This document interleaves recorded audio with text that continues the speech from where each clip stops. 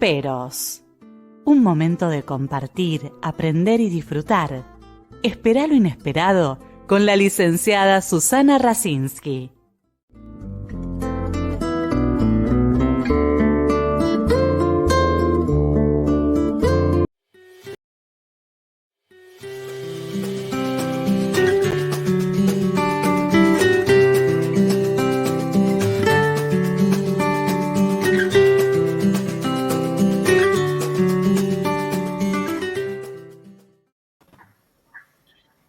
Buenas noches. Hoy es un día muy especial porque es el aniversario de nuestro programa que empezamos ya hace bastante tiempo. Es increíble, pero bueno, seguimos con todo el esfuerzo y con la ayuda de los entrevistados y de ustedes de la audiencia. Muchísimas gracias a todos por poder ayudarme a hacer este espacio de divulgación del psicoanálisis y de la cultura, que creo que es tan importante en este momento de nuestro planeta y de nuestra sociedad argentina. Y hoy tengo el placer de contar con dos amigos, dos estudiosos, dos trabajadores de la cultura, del psicoanálisis y de la filosofía, como es la licenciada Alicia Vila y el licenciado Jorge Schneiderman. Bienvenidos. Muchísimas gracias, Susana. Es un gusto realmente, y sobre todo acompañarte en este día de celebración, ¿verdad? Se me ocurre que más que celebrar los 2 años de vigencia del programa, creo que justamente debemos celebrar fundamentalmente la oportunidad que vos le brindás a distintos exponentes de la cultura, desde distintos marcos, de distintos espacios del espectro disciplinar, bueno, para poder verter sus aportes y generar esa sinergia conceptual que, bueno, que hace justamente a la riqueza de este programa. Realmente es un gusto, un honor, como vos bien sabés, no hace falta que te lo diga, poder, bueno, comparecer periódicamente ante tu audiencia.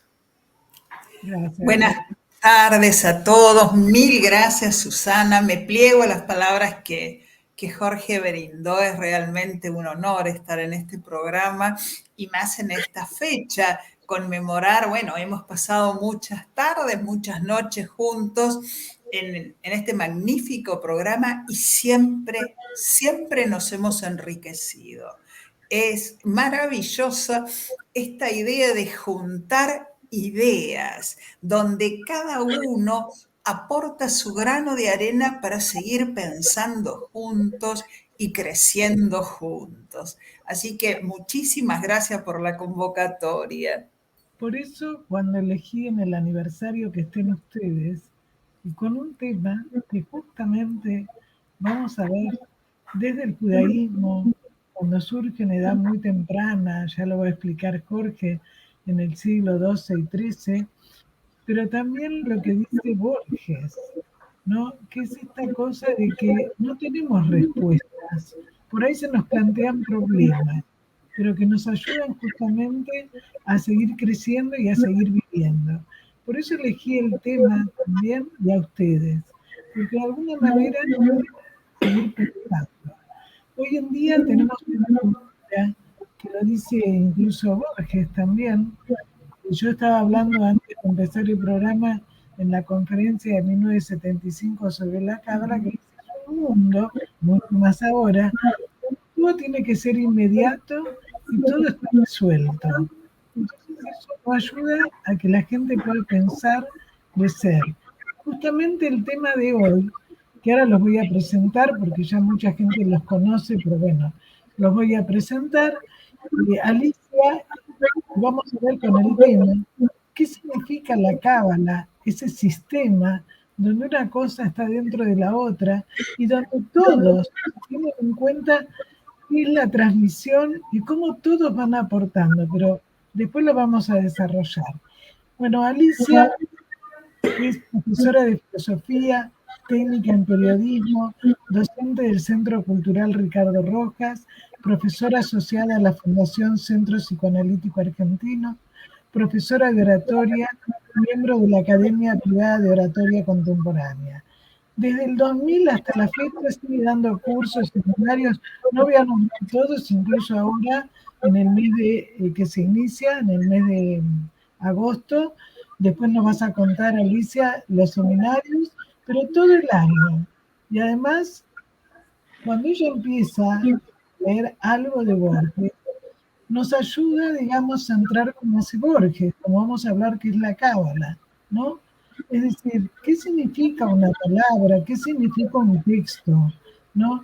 Porque una de las cosas que aporta Borges, que también tiene que ver con la cábala, que él dice, el tiempo va a explicar, ¿no? Y acá entramos como el tiempo lineal, el tiempo que estamos acostumbrados, no puede explicar muchas cosas. Pero bueno, los dejo con la inquietud. La van a conocer a Alicia porque el currículum. Jorge, que es licenciado de Psicología en la Facultad Oriental de Uruguay, donde ejerció muchísimos años la docencia, pero además también ha practicado toda otra área, la psicopatología y de la evolutiva. Un tema que a él le interesa mucho, que es la gerontología. Pero además de todo eso, es autor de innumerables artículos y publicaciones donde ha presentado en simposios y congresos, donde siempre nos aporta el aspecto filosófico, el aspecto histórico, pero también el aspecto psicoanalítico. Él ha sido y es columnista de la Agencia Uruguaya de Noticias, del mensual Identidad de Uruguay, de la Radio Sefarad de España, y colaborador en numerosos grupos periodísticos e instituciones de Argentina, México e Israel.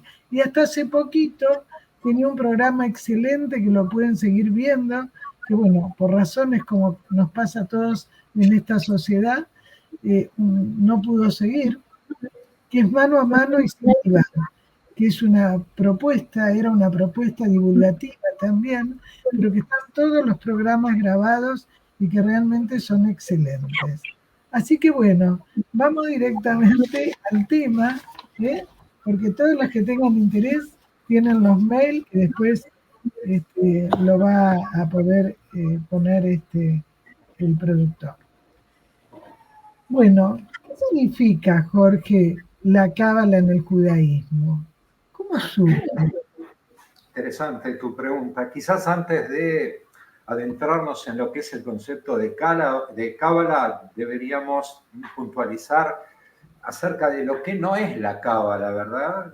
Porque a veces en todo lo que es el viruiru mediático o la difusión, digamos, inescrupulosa o la instrumentalización de ciertas cosas por ciertas personas hace que se desdibuje lo que es realmente el sentido original de la cábala, ¿verdad? La cábala no es una mancia, no es un arte adivinatoria, no está vinculado a lo que antiguamente ejercían los vates o los augures, ¿no? No tiene un trasfondo ocultista, no se adentra en los inframundos, ni trata de generar situaciones que favorezcan determinados intereses, nada que ver con eso.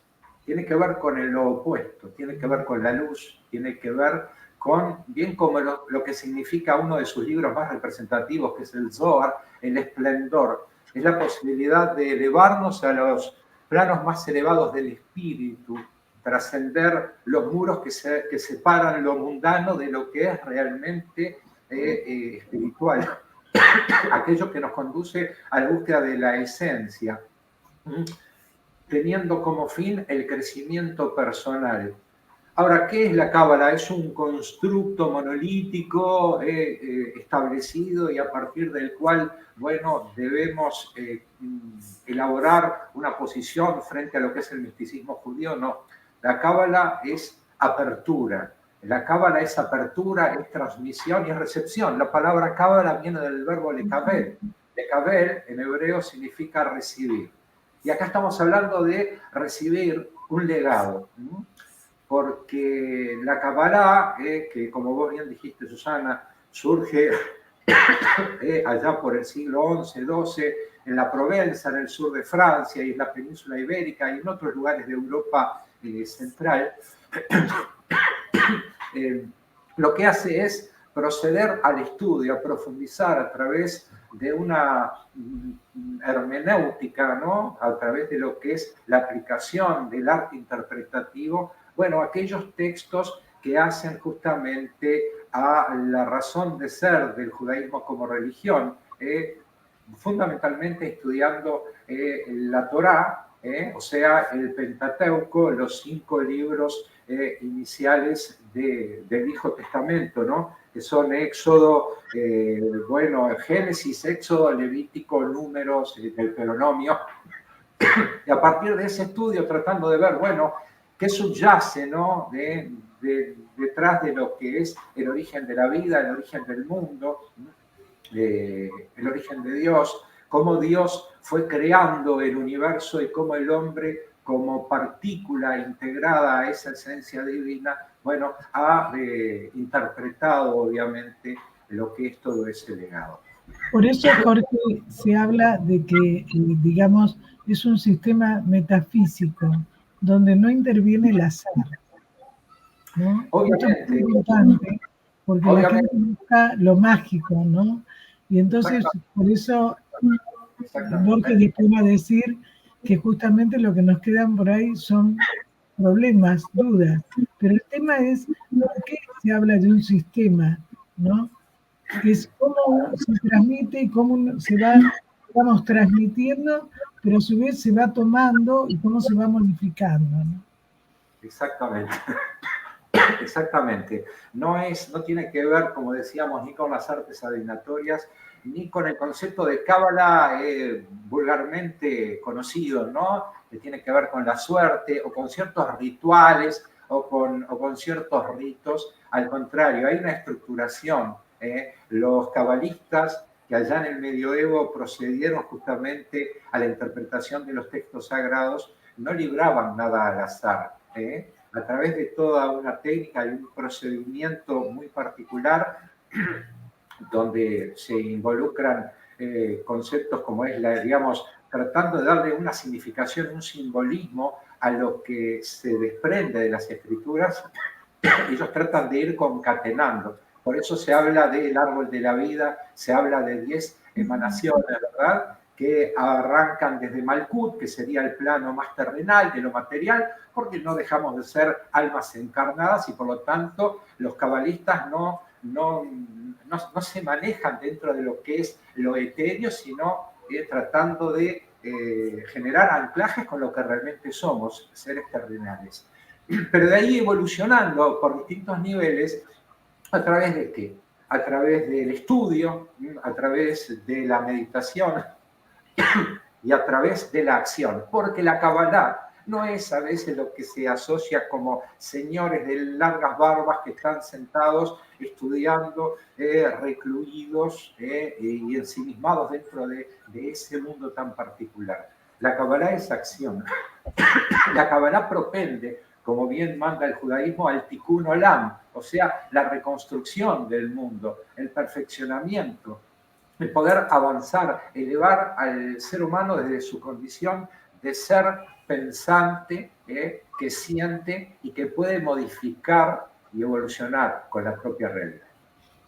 Que ahí Alisa puede explicar mejor que yo. ¿Cómo no iba Borges a enamorarse de Claro, esto? porque Borges, viste, cuando dice que el deber del hombre es interpretar al mundo.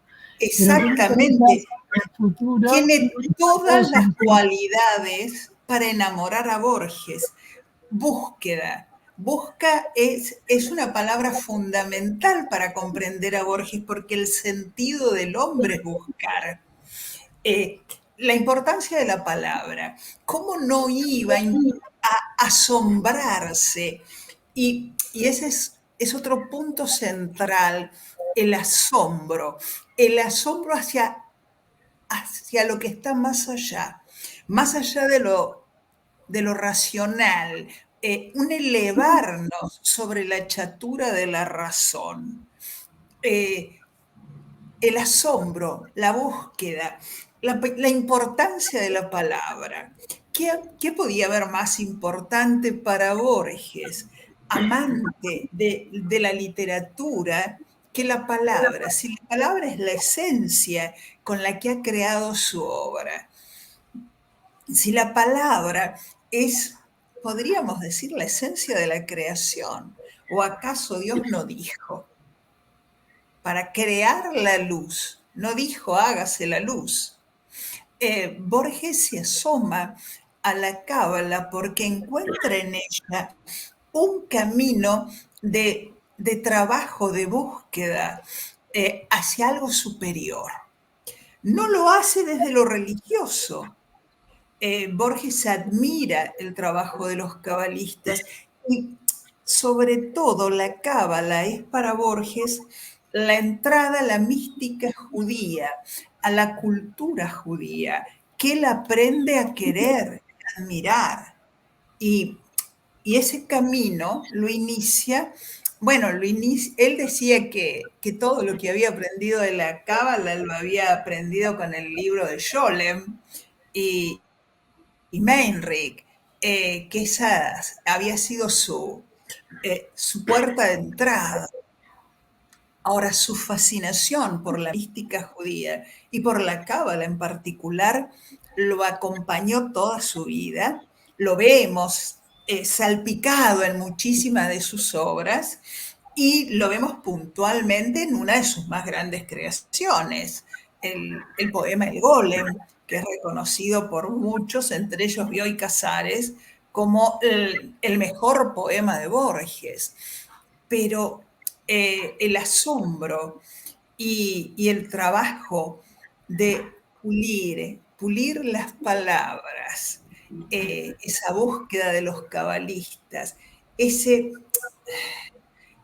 camino hacia lo superior, creo es lo que lo ha llevado a trabajar tanto sobre este tema. Además, Borges habla de que por ahí no es quedarnos solo con la palabra como palabra. Él habla justamente de la música verbal, ¿no? Que para nosotros como psicoanalistas es tan importante, ¿no? Es decir, donde es la palabra, la letra, ¿qué significa? ¿Cuál es el significado? Porque una de las cosas, digamos, leyendo un poco sobre la cábala, ¿no? Y que creo que es tan interesante para este momento que estamos viviendo, que nació con el deseo de reconciliar cosas distintas. Es decir, donde qué pasa con el mal, qué pasa con lo bueno, qué pasa en este momento que no se aceptan las diferencias. Entonces, ¿cómo es esto, digamos, hace ya miles de años se empieza a ver cómo pueden reconciliar? Por eso los Borges, como los cabalistas, digamos, hablan qué significa la luz. Esto que vos decías, Alicia y Jorge, ¿no? La palabra luz. Exactamente, la palabra luz. ¿Te acordás, Susana, aquel caso que plantea Freud de aquella niña que estaba al cuidado de su tía, creo, y de repente le dice, bueno, tienes que ir a dormir, y la tía se va a la habitación contigua, entonces le apaga la luz. Entonces de repente esa niña le dice a su tía, por favor, hablame, tía, hablame, por favor. Le dice, ¿por qué? Pero dormí de una vez. Porque cuando vos hablás, se enciende la luz. En el principio fue el verbo, ¿verdad? En el principio fue el verbo, dice en Bereshit, no en el Génesis. La palabra nos constituye, somos la palabra, estamos hechos de la palabra. Los cabalistas le dan un valor numérico a la palabra, a través de lo cual se convierten en una suerte como de prestidigitadores del logos, ¿no? O sea, pueden ir, llevar y traer, y a través de la gematria, que es justamente el valor numerológico de la palabra, permiten, bueno, adentrarse en ese mundo que nos proponen, un mundo lleno de preguntas, y las respuestas no están explícitas en las enseñanzas del maestro El maestro, el cabalista, no enseña, muestra, orienta. Es un educador, porque la palabra educar viene de ducere, que es dirigir, orientar. Es orientarlo hacia la búsqueda, del mismo modo que Pitágoras, o del mismo modo que Sócrates deambulaba por las calles de Atenas encendiendo conciencias, despertando conciencia, ¿verdad? A través de la palabra. Y eso es la Kabbalah. Y la luz y la palabra es algo que evidentemente constituye el corpus, ¿no? De hecho, me gustaría también puntualizar, como decía al principio, que no es una estructura monolítica, hay distintas formas de adentrarse en la Cábala, del mismo modo que dentro del psicoanálisis tenemos, ¿verdad, Susana?, un montón de vertientes y subvertientes, distintas maneras de enfocar, de ingresar en lo que es el estudio del inconsciente. Y bueno, creo que la espiritualidad es a los cabalistas lo que el inconsciente a los psicoanalistas. Claro, pero fíjense, me hiciste pensar en algo que también dice Borges, ¿no? Porque realmente es impresionante, ¿no? Cuando él dice que a todos nos ha pasado, cuando necesitamos ayuda, cuando estamos en unos momentos, me hiciste acordar a que hablabas de ese ejemplo de Freud, y evocamos a alguien que murió, alguno de nuestros antepasados que murió, o algún maestro, ¿no? Dice Borges. Y entonces es como que después de recibirnos esa ayuda al recordar, ¿no? Desaparece. Entonces él lo asocia con la metáfora de estar en el vientre de la madre. O sea, ¿no? Esta cosa que en los momentos de angustia o de ayuda, ¿cómo recurrimos por ahí a algo de nuestro pasado? Sí. Y hoy en día, lo único que escuchamos es que la solución va a venir mágicamente, ¿no? No, ¿qué es lo que podemos hacer nosotros? Vos sabés que, escuchándolo a Jorge, pensaba cuánto ya el joven Borges, estamos hablando del jovencísimo Borges de 20 y pico de años, cuando dice, la palabra es ocultamiento, hay que desocultar, atravesar la palabra para ver qué es lo que verdaderamente hay detrás, qué es este trabajo de los cabalistas, pulir las palabras para encontrar realmente su sentido. Y relacionándolo con la luz de la que vos hablabas, Jorge, no es casual que en su, tal vez, el cuento más conocido, La visión del Aleph de Borges, cuando Borges, personaje, desciende al sótano y nos dice, yo no puedo decir lo que vi, voy a intentarlo, porque la palabra siempre es ocultamiento, recorte, y toda la gran enumeración que hace para transmitir comienza con vi. Vi caballos de crina remolinada, vi Londres, vi un espejo, vi. Y el ver es el atravesar, es esa búsqueda de la luz. Esa búsqueda de la luz. Qué interesante lo que estás diciendo, Alicia, realmente, ¿no? Y es ocultamiento, ¿no? Y en contrario a lo que se piensa, por eso a veces la vulgarización lleva o sea, pretenden algunos entender del lado del ocultismo. No, no es ocultismo, es el ocultamiento. No. Es desmalezar el camino que nos conduce a esa... Correr el velo. Exacto, descorrer el velo. Y un poco como hablábamos contigo ya hace un tiempo acerca de esa analogía con lo que hacía Spinoza, que también era un estudioso y vaya si lo fue, que así como él se ganaba la vida puliendo lentes, ¿no? Sí. Borges, ¿te acordás que decíamos? Puliendo palabras, trataba de justamente transparentar a través del logos, y vaya si lo logró, ¿no? Vaya, sí. Bueno, el Golem es una maravilla donde evidentemente cargado de simbolismos que seguramente vos nos vas a explicar brillantemente cómo y fíjate, volviendo a esto que decís, Jorge, el trabajo de los cabalistas en buscar el sentido de las palabras. Yo pienso en Borges como un cabalista cuando se detiene en una oración buscando un adjetivo. Y hay manuscritos de él donde vemos que para un adjetivo ha puesto 17 diferentes modos y los ha ido tachando y mejorando, buscando todas las posibilidades, como si estuviera armando un gran rompecabezas, pero con esta idea, no de inventar, sino de encontrar la forma que ya está predestinada. Hay que acomodar las formas, descubrirlas. Borges decía que un poeta, más que un inventor, es un descubridor. Es mostrar lo que ya está. Exactamente, qué bueno lo que decís. Cuando él quería definir un cielo, por ejemplo, él se planteaba celeste, azul, azulado, azulejo, azulino. Entonces era una maravilla, porque él iba tachando, era un trabajo de mucha paciencia, quizás un poco asimilando lo que su padre le había transmitido, ¿no? De que escribí mucho, corregí muchísimo y tirá casi todo. Sí. Claro, pero Sí. además yo pensaba también cómo esto también influyó en Freud, ¿no? Porque hay varios aspectos, pero cuando Borges dice que es, digamos, de una metáfora va a otra, ¿no? Y se sigue viendo, y siempre vamos siguiendo descubriendo. Y Freud, no sé si te acordás, Jorge, él habla, cuando no hay novedad nos morimos.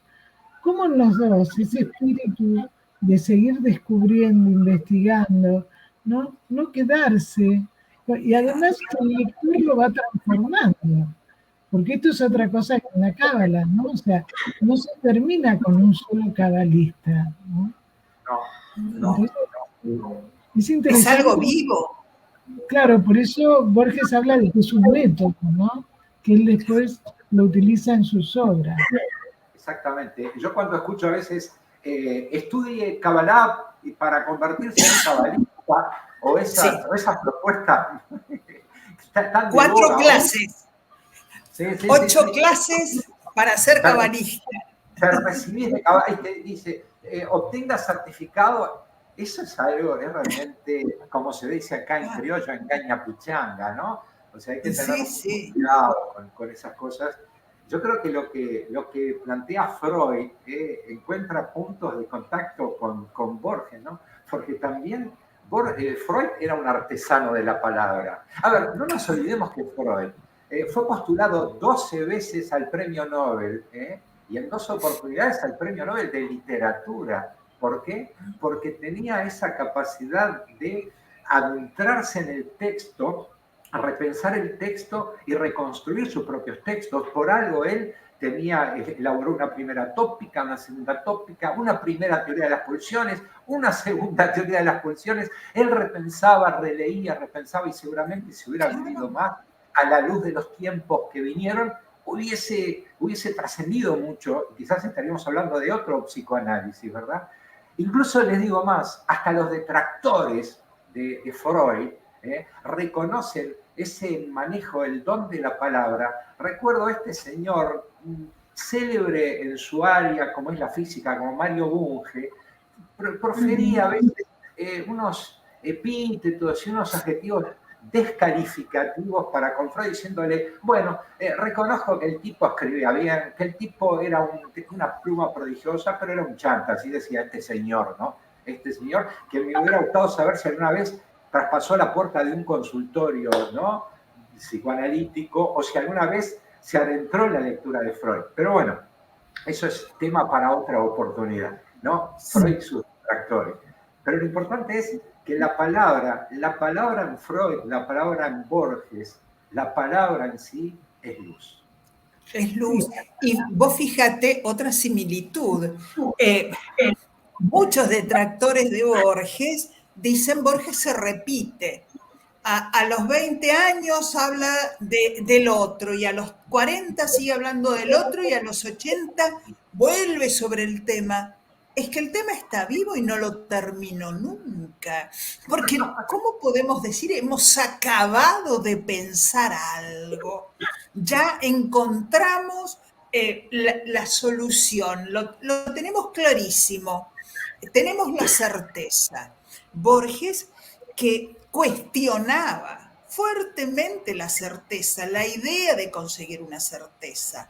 La única certeza es la muerte. La palabra es algo vivo. ¿Cómo vamos Además, a fíjate, ensayarla? los temas Sí, de hoy que vas a explicarnos un poco, o por lo menos comentar, el tema de la transmigración, el tema de la piedad, el tema de la muerte, ¿no? Que todo esto está en los estudios cabalísticos, pero también está en varias obras de Borges. sí. Totalmente, totalmente, totalmente. Impregna Son la obra de preguntas Borges. vitales. Son preguntas, Y, preguntas vitales. Cuando vos decías recién, Alicia, lo del otro, el tema, el otro es fundamental en el psicoanálisis, obviamente, pero en la claro, literatura, porque el que escribe, escribe para un otro que invisible que nos devuelve algo aunque no esté, porque escribimos para el otro, evidentemente. ¿qué Entonces, soy sin el otro? nada, ¿Qué soy aparte, sin el otro? exacto, acordate, vos hablás de los tiempos de juventud de Borges. Él se encuentra, bueno, con Martin Buber, con la filosofía de Exacto. Foucault, que ¿Sí? como en otra oportunidad hemos hablado, está muy emparentado con lo que es el concepto de otredad que nos trae Manuel Levinas, ¿verdad? Hablar del otro es hablar de la vida en evolución, de la vida en movimiento. El otro es la esencia de la vida, porque somos el otro. Hablar del otro es hablar de mí. Yo recorto al otro. Son mis ojos los que lo ven Tal cual. y los que lo recortan. Y cuando hablo del otro estoy hablando de mí. Y Borges vuelve una y otra vez a pensar ciertas ideas claves, porque son necesarias para el hombre. Pensar la vida, pensar la muerte. No podemos evadirnos de esto. Pensar los alcances del lenguaje es pensar el hombre, ¿Sí? es El la hombre, realidad del hombre. exactamente, el hombre en crecimiento, por eso la Cábala entiende la vida como un árbol, ¿no? Se habla de un árbol de la vida, un árbol que florece, que da frutos, que siembra valores, y bueno, de ahí ese espíritu de la transmisión a nivel transgeneracional de la Cábala, de los valores, pero los valores no como letra muerta, los valores como No, algo a repensar, como algo a orientar permanentemente hacia la acción, ¿no? Que creo que eso es lo que nos propone en esencia la Cábala. además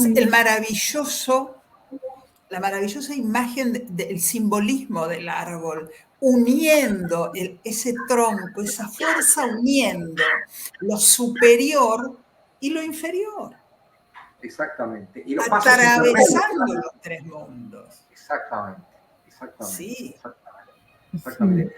Tratando de decir, sí, No, no, Susana, decís, Jorge. sí, yo creo que en ese sentido, bueno, en el decurso, ¿no?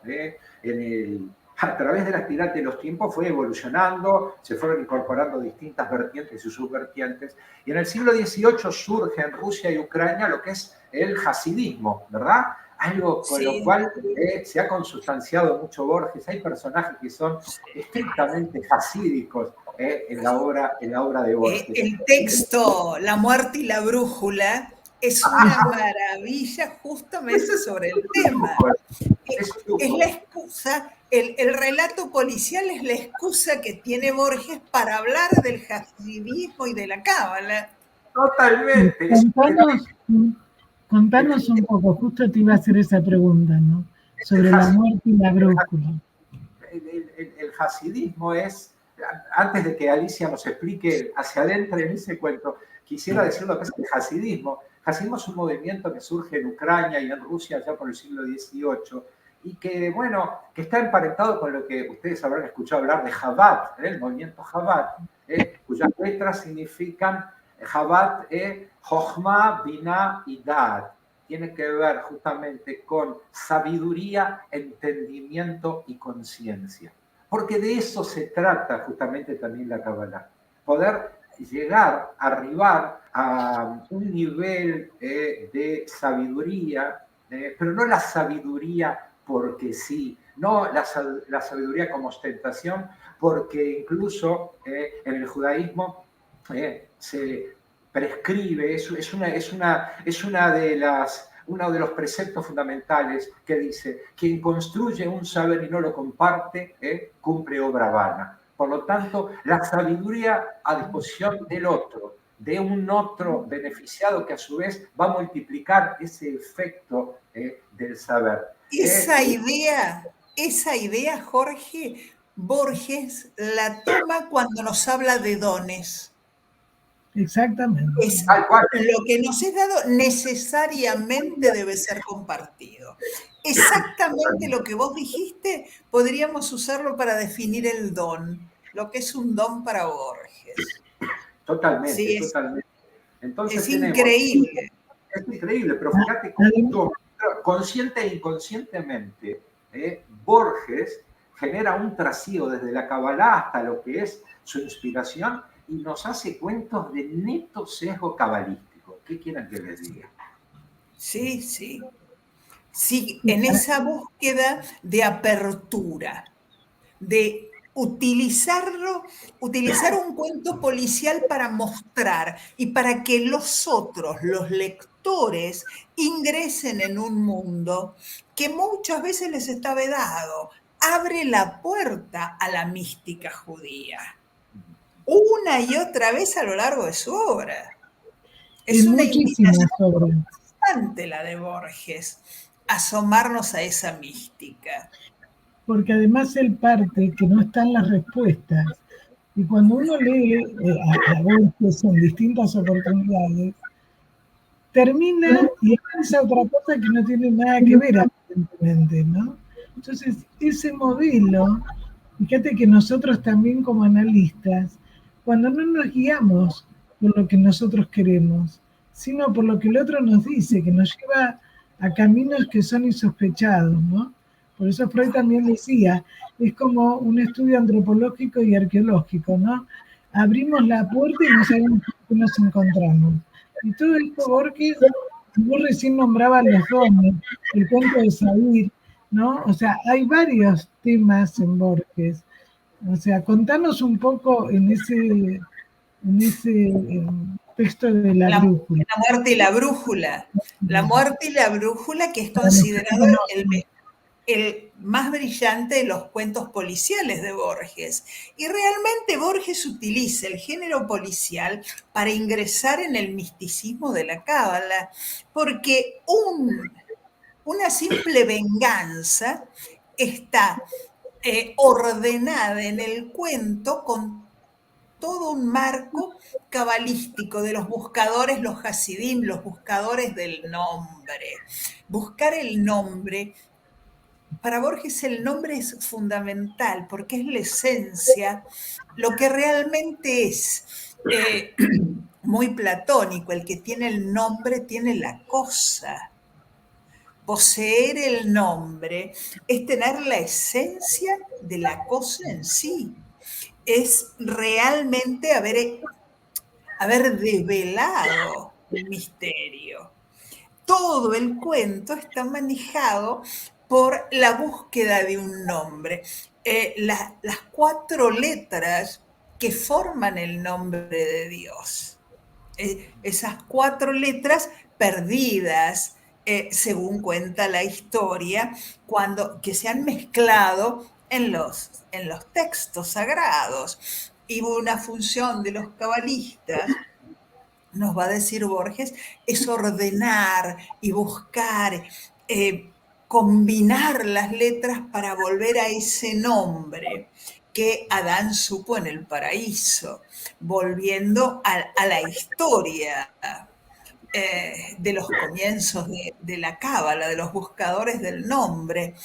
Todo el cuento, les decía, en La muerte y la brújula, es la historia de una venganza y de una muerte donde se enfrentan a Borges, que le encanta jugar con los opuestos, y sobre todo con los opuestos complementarios, como lo llama él, donde se busca oponer la inteligencia, el raciocinio a lo empírico. Cada personaje representa una parte del hombre. ¿Y cómo se llega a la verdad? Porque ahí está el centro. Tenemos marcado el camino, cómo llegamos a la verdad, y necesariamente uniendo todas las partes, porque no se alcanza solo por la razón, no se alcanza solo por la experiencia. Necesitamos de todas esas partes para poder comprender, para ver lo que está del otro lado. El juego magnífico es que nos lleva necesariamente a averiguar qué es el movimiento jasídico, qué es la cábala, qué son los buscadores del nombre, que esencialmente son los buscadores de Dios, de la verdad. Exactamente. Y hay un resabio neoplatónico también, ¿no? En esa necesidad de darle nombre, ¿no? Nombre Claro. tiene cosas, ¿no? Sí, si no tiene nombre, no es. Exactamente. No es. Habla de los nombres secretos de las cosas. Exactamente. Exactamente. Así como hay un nombre secreto de Dios, hay un nombre secreto de todas las cosas. Borges lo dice muchas veces en su obra, descubrió su verdadero nombre como sinónimo de comprender, de alcanzar la verdad, de saber quién soy. En lugar de decir, el personaje supo quién era, supo su verdadero nombre. Porque, bueno, en las letras de Rosa está la rosa y todo el Nilo en la palabra Nilo. Ahí están los resabios platónicos. Esa necesidad de trascendencia y de la duda, ¿no? Esa puerta abierta a la resignificación de las cosas, porque como decía Rainer Maria Rilke, decía, bienaventurados aquellos que entienden que más allá de las palabras existe también lo inexplicable, ¿no? Y yo creo que eso forma también parte de la búsqueda del cabalista, ¿no? Poder avanzar. Y nunca se llega, cuando se avanza hasta el punto máximo que es Keter, nunca se termina de completar. Siempre hay una puerta abierta. Keter quiere decir corona. Las antiguas coronas de antes eran como una especie de cilindro que tenía un agujero para dejar el contacto de la divinidad con el pensamiento, en el entendido de que nunca terminamos de completar, nunca llegamos de acceder a ese nivel superlativo o grado de completud. Creo que ese es el estímulo, es como la zanahoria delante del burro, de no cejar en la búsqueda, como decías vos, Alicia, hoy al principio. La búsqueda es la clave del cabalista, la búsqueda es la clave de Borges, y la búsqueda es la clave del psicoanálisis también, sin lugar a dudas. Sí. Y que eso significa la vida, ¿no? Porque el tema es cuando ya no tenemos ganas de seguir buscando, ya nos morimos. Incluso tanto Borges como los cabalistas no hablan justamente las otras vidas, no hablan en el más allá. Es decir, hablan, digamos, qué significa el pasado y cómo se va transmitiendo, ¿no? Y la relación con la naturaleza. Esto también es muy importante, porque hay en muchas culturas, ¿no? Y que Borges también lo trata esto, ¿no? El tema del tiempo, cómo se hace, cómo se transmite. Y a veces no podemos explicarlo con el tiempo común. Sí. Porque vos decías, porque seguís buscando, pero hoy en día la gente no tolera la espera, no tolera la frustración. Sí. La gente el tema del mismo modo que niega el pasado. exactamente, exactamente. Yo creo que el tiempo es un insumo fundamental de la Kabbalah y de Borges. ¿Eh? El tratamiento del tiempo por parte de Borges merece un capítulo aparte, ¿no? Porque estamos hechos de tiempo, decía Borges, ¿no? Estamos hechos de tiempo, ¿no? Y bueno, y somos seres que incluso trascendemos los tiempos. Estamos hablando de Borges hoy, fíjate, a 36 años de que partió de este plano, y bueno, él sigue formando parte del tiempo, Sí, a través de cada obra, vez más. cada vez más a través de la palabra, ¿no? Sí, sí, porque ha trascendido realmente con su palabra. Y su palabra continúa en una busca, porque los que dedicamos nuestro tiempo, nuestro placer a las palabras de Borges, vemos que es un camino inagotable verdaderamente. Sí, Y sí. creo que nadie quiere llegar al final. Es un poco el Ein Sof, ¿eh? Ese Exacto. infinito que nos propone, ¿no? La Kabbalah, ¿no? El Ein Sof, ¿no? Sí. Esa necesidad de seguir recorriendo, hasta te diría sisíficamente, en esa búsqueda, ¿no? Tras la palabra, tras el sentido de las cosas. La búsqueda de sentido, ¿no? Un poco que, no sé, también ahora estoy asociando un poco a lo que planteaba Viktor Frankl, ¿no? En cuanto a la búsqueda de sentido. Yo creo que la búsqueda de sentido creo que es la esencia justamente de la obra de Borges. Él a través de sus cuentos, a través de su poética, él trata de encontrarle el sentido, incluso trata de adentrarse en los sinsentidos de la vida para encontrarle realmente en el trasfondo un sentido. Y en la evolución que va teniendo el sujeto a medida que descubre los sentidos. Y como en la ciencia, siempre volvemos a arrancar del punto que dejamos, con lo cual el avance siempre es continuo, la modificación es continua, el crecimiento, la vida. Claro, fíjense que tanto los cabalistas que dicen que el mundo se ha hecho para que el hombre aprenda. Con Borges siempre seguimos, no ha terminado. Es decir, nosotros Siempre también estamos somos aprendiendo. el tema es cuando la persona no puede aprender. Dice que hoy en día la mayoría de los chicos no aprenden. Entonces, ¿qué pasa con todo esto? Porque nosotros estamos explicando y mostrándole a la audiencia, ¿no? ¿Qué es la cábala? Porque no lo tomen como una cosa mágica, ¿no? Como un horóscopo, sino como que de alguna manera se van a encontrar con situaciones que los van a hacer pensar para estar mejor, ¿no? Y eso también es lo que lo ayudó a Borges, ¿no? Con toda su historia. Sin lugar a dudas, Sí. sin lugar a dudas. La Y vos, cábala. Sí. vos decías recién el aprender. Los chicos no aprenden. Hablábamos al comienzo de valores y yo creo que el aprender ha dejado de ser un valor. Sí. Ahí está. Sí, para nosotros Se ha perdido el valor del aprendizaje. Sí, pero aparte, ¿sabes qué? Yo agregaría algo para los que nos escuchan, incluso colegas. Para nosotros, si no hay una experiencia afectiva, placentera, no se puede aprender. Entonces, cuando un bebé de 6 meses tenemos una tablet, pero no va acompañado de la voz, de esto que hablábamos de la palabra, de la narración, de la escucha, de la mirada, el chico está solo con el relato. ¿Sí? Borges leía, pero también estaba su abuela, estaba su mamá, cualquiera de los que nos rodeen, ¿no? Su memoria era la memoria viva en el relato de sus mayores.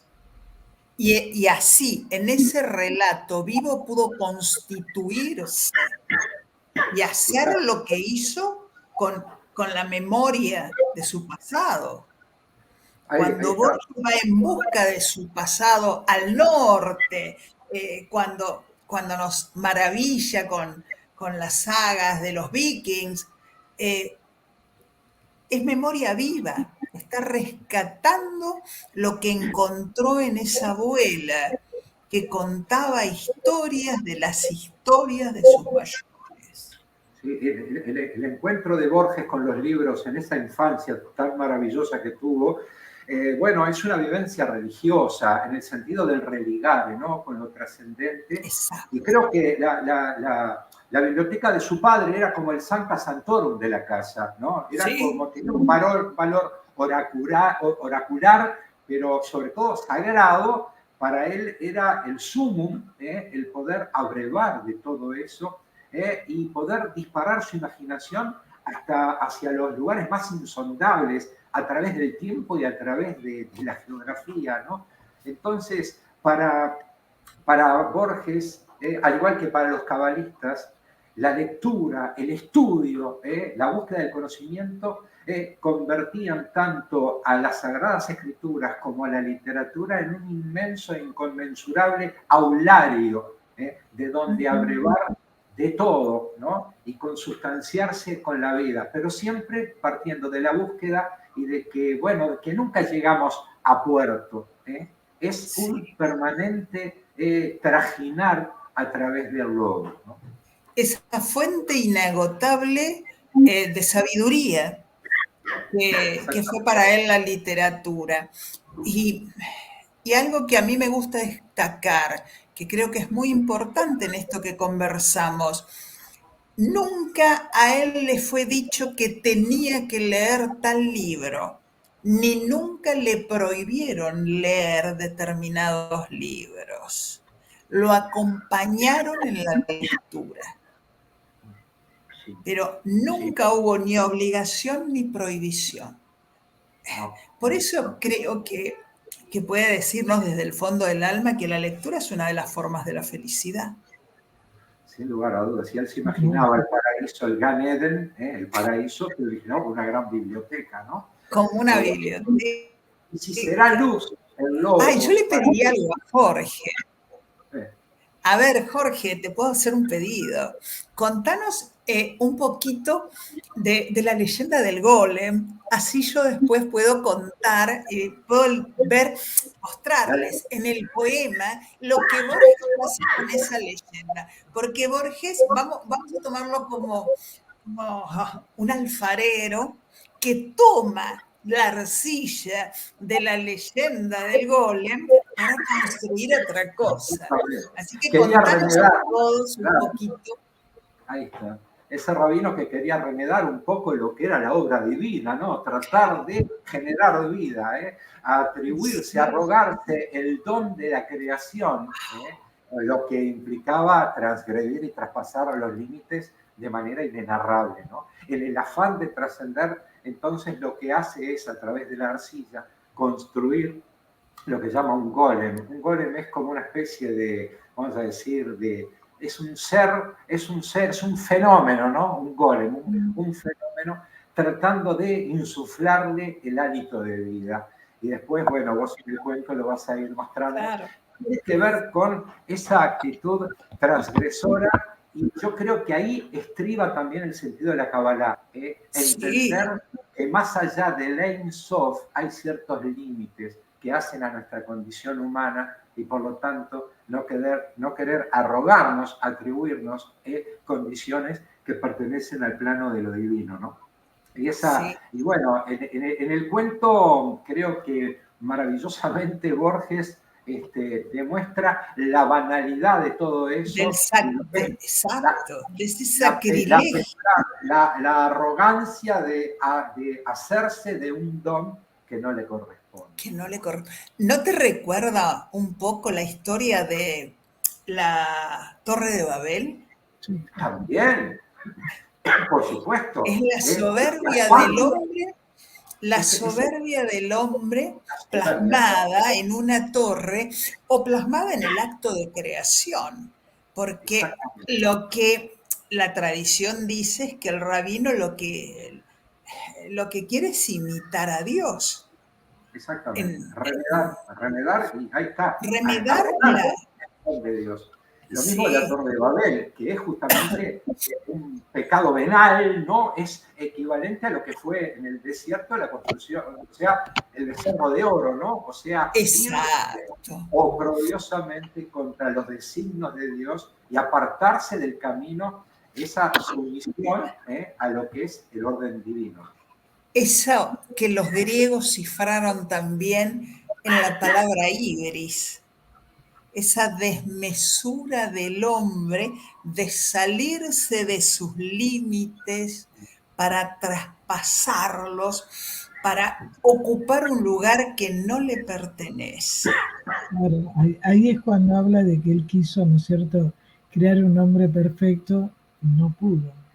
Entonces todo el tema, cómo lo trabaja Borges, ¿no? Es decir, esa imitar, sentirse Dios. A poco tiempo, así podéis explicarlo y después se hará. Sentirse Dios. Borges vuelve sobre la leyenda del golem, marcando justamente dos puntos centrales. La desmesura del hombre, esa necesidad de ser como dioses, del desafío, el desafío de la torre, el desafío del becerro, desafiar lo divino, sentirse que puede ser una divinidad. Y por otro lado, otro gran tema, porque es como si a Borges no le alcanzara con sorprendernos y modificar el mundo tocando un tema, sino que deja otro flotando. La pregunta por lo divino, la esencia de lo divino. Y ahí creo que se remonta también a toda la tradición de las emanaciones, del Ensof, de los gnósticos, de los Sefirot, esas distintas emanaciones que dieron origen que se originan en lo divino y dan origen a distintas divinidades. Y el otro tema que maravillosamente está encerrado en el golem es la palabra creadora, la palabra dadora de sentido y la palabra que es la cosa en sí, este resabio platónico.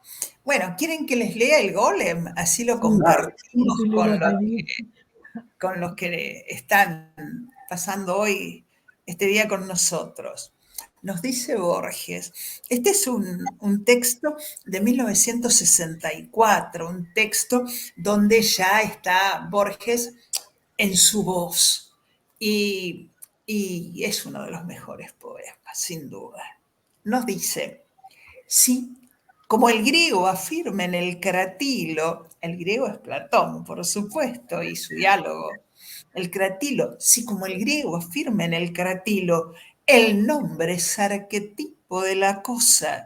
En las letras de rosa está la rosa y todo el Nilo en la palabra Nilo. Y hecho de consonantes y vocales habrá un terrible nombre que la esencia cifre de Dios y que la omnipotencia guarde en letras y sílabas cabales. El nombre secreto de Dios, el tetragramaton, ¿verdad, Jorge?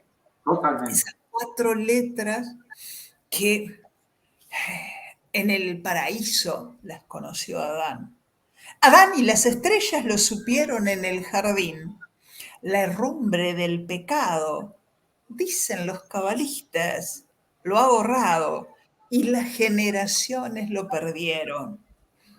Los artificios y el candor del hombre no tienen fin. Sabemos que hubo un día en que el pueblo de Dios buscaba el nombre en las vigilias de la judería. No a la manera de otras que una vaga sombra insinúan en la vaga historia. Aún está verde y viva la memoria de Judá León, que era rabino en Praga. El rabí Judá Loew, que vivió en el siglo XVI, hijo de un rabino también, y justamente el nombre León, porque su padre esperaba que que él fuera a liberar al pueblo, al oprimido pueblo judío. Ya había otras leyendas del golem, hay muchas antiguas leyendas. Incluso en Praga está en la sinagoga, está encerrado uno de los golems que existieron. Borges trata sobre estos muchos golems de la historia en el libro de los seres imaginarios. Pero esta es la historia puntual de Judá León, el rabino de Praga. Sediento de saber lo que Dios sabe, Judá León se dio a permutaciones de letras y a complejas variaciones, y al fin pronunció el nombre, que es la clave.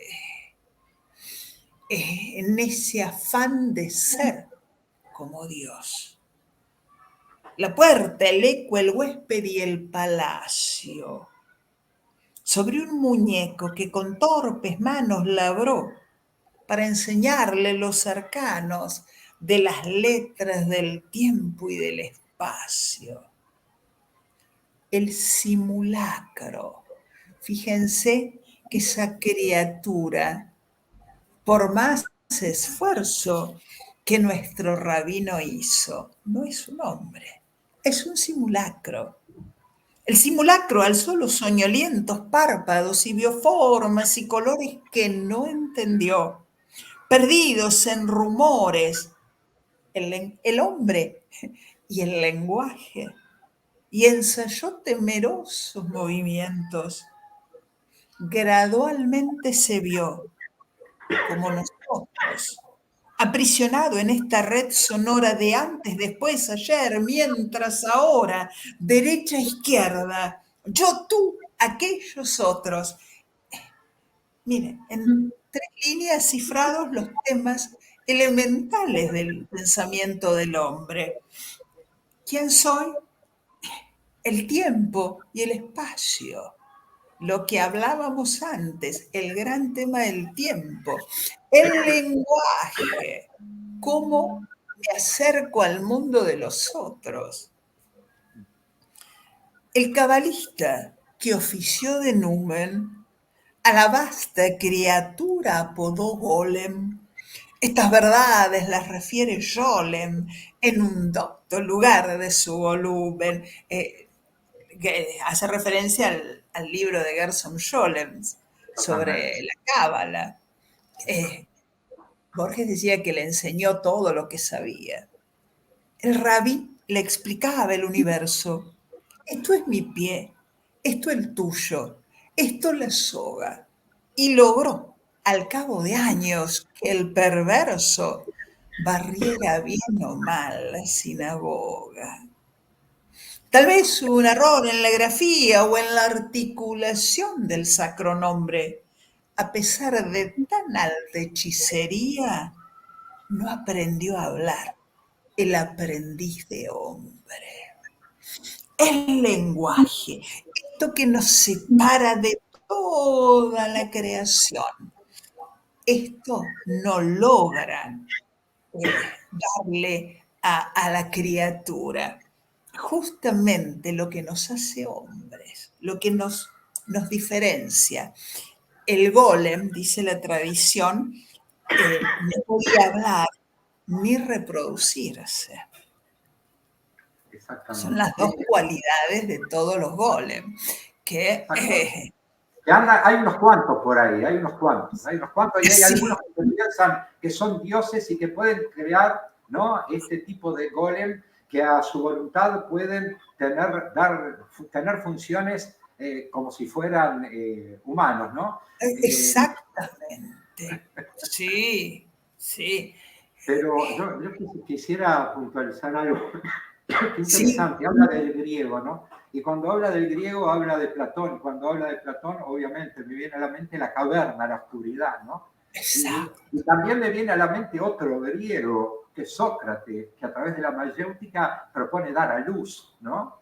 Y también me viene a la mente Freud, tratando de vehiculizar a través de la palabra esa búsqueda de la luz, ¿verdad? Esa palabra que echa luz sobre la circunstancia de esa persona.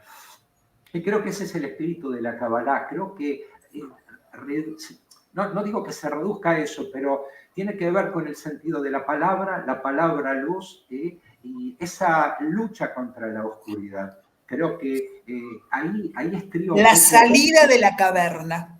la salida de la caverna, salir de la caverna, ir, lo que no implica ir hacia un lugar hacia el que debemos llegar, ¿no?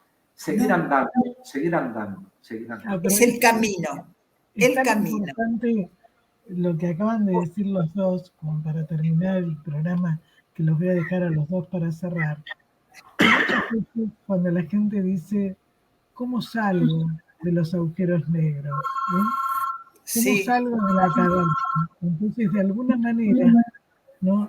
El poder salir no quiere decir que no se va a encontrar con algunas situaciones feas, algunas situaciones, pero el tema es seguir viviendo y seguir descubriendo cómo podemos estar mejor.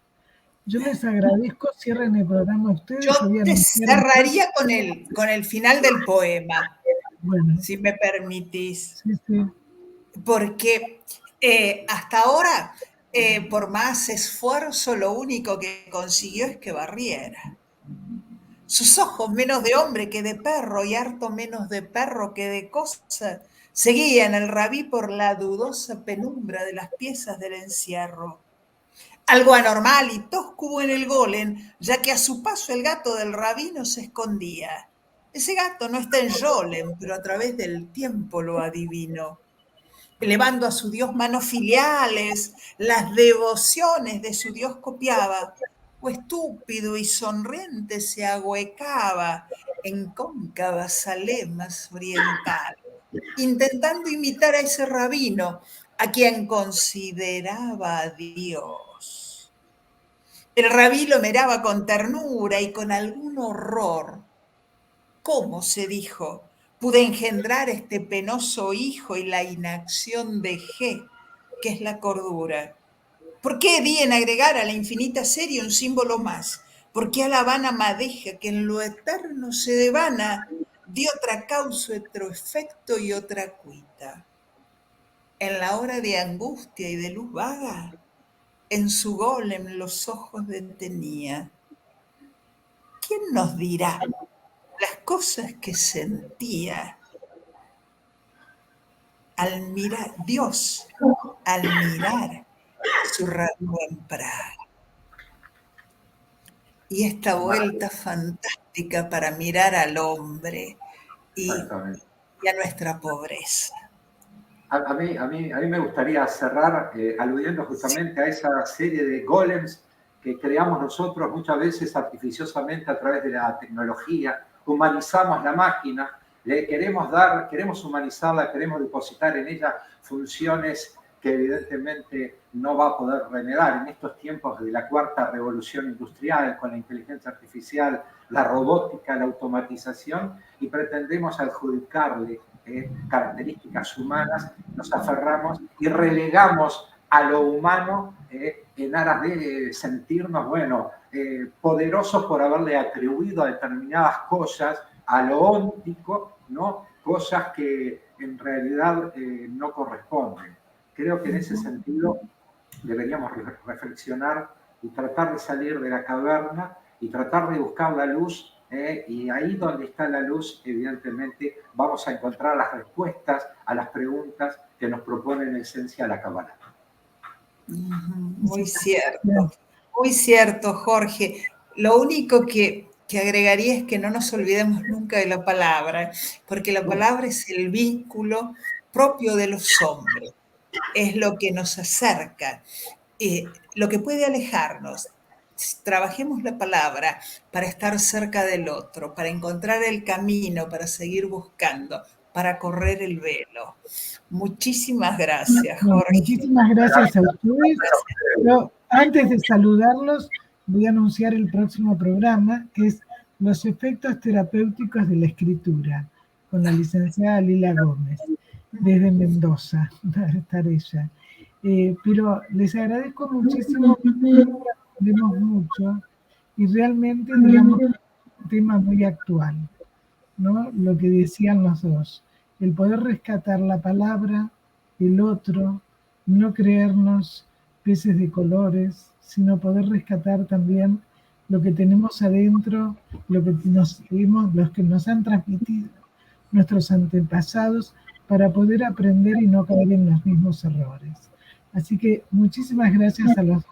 Un abrazo grande, y si quieren decir alguna palabra más. Muchísimas gracias.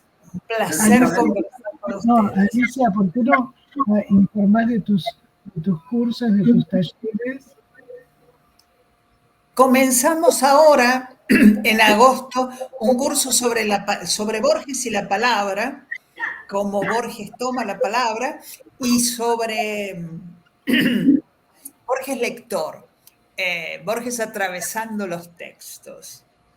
Cualquier información en la página de Facebook, Alicia Ardila Cursos Borges Alicia Ardila, los encuentran con días y horarios. Muchas gracias, Susi. Bueno, y con Jorge siempre con las noticias y con los comentarios y artículos en Radio Sefarad y en otros medios. Por supuesto, y seguiremos compartiendo, seguiremos celebrando la vida, en una palabra. Esa es la historia. Sí, sí. Celebrando la vida. Así es. Bueno, un abrazo. Muchas gracias. Muchas gracias a los dos. Hasta pronto. Chau, chau.